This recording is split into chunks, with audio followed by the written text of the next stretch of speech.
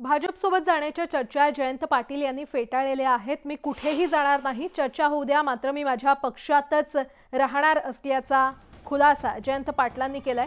जयंत पाटील यांच्या भाजप प्रवेशासंदर्भातील चर्चा सकाळपासूनच राजकीय वर्तुळात रंगल्या होत्या, मात्र आता यावर खुद्द जयंत पाटील यांनी खुलासा केलेला आहे।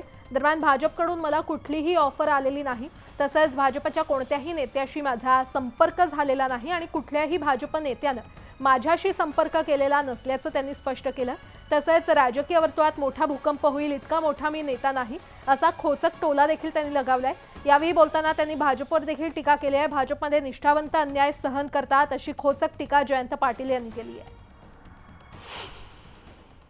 मला कोणी संपर्क केलेला नाही। माझ्या सर्व आमदार जे आमचे आहेत त्यांचा सकाळपासून माझा संपर्क झाला, सगळे जागेवर आहेत, कुणी कुठे जाण्याचा प्रश्न उद्भवत नाही। भाजपकडून तुम्हाला काही ऑफर दिली गेली आहे? अजिबात नाही। ज्या पद्धतीनं पक्ष फोडताय, ज्या पद्धतीनं नेते पडवले जात आहे, आणि तुम्ही जर 10 वर्ष काम केलं असेल, 25 कोटी लोकांना गरिबी रेषेच्या वर आणलं असाल, तुम्ही देशाला पुढे नेले असाल, तर दुसऱ्या पक्षातल्या नेत्याची गरजच काय, हा खरा प्रश्न असतो।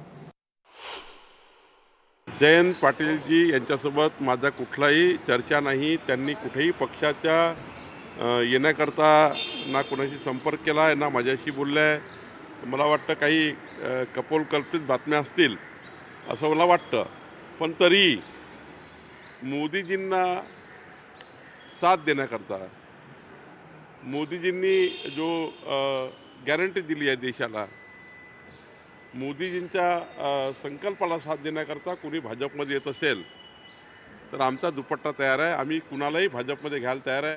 अहो, बऱ्याच लोकांची चर्चा आहे, म्हणजे माझ्याबद्दल चर्चा असते, रोहितबद्दल चर्चा असते, आव्हाडांबद्दल असते, देशमुख साहेबांबद्दल असते, जयंत पाटलांचं, सगळ्यांबद्दल चर्चा रोज असते। म्हणजे तुम्ही विचार केला पाहिजे की जेव्हा 200 आमदार, 300 खासदार, एवढी मोठी ताकद असली तरी त्यांना आमच्याकडचे लोक लागतायत, हवेत, याचा अर्थ आमच्यामध्ये काहीतरी गंमत आहे ना।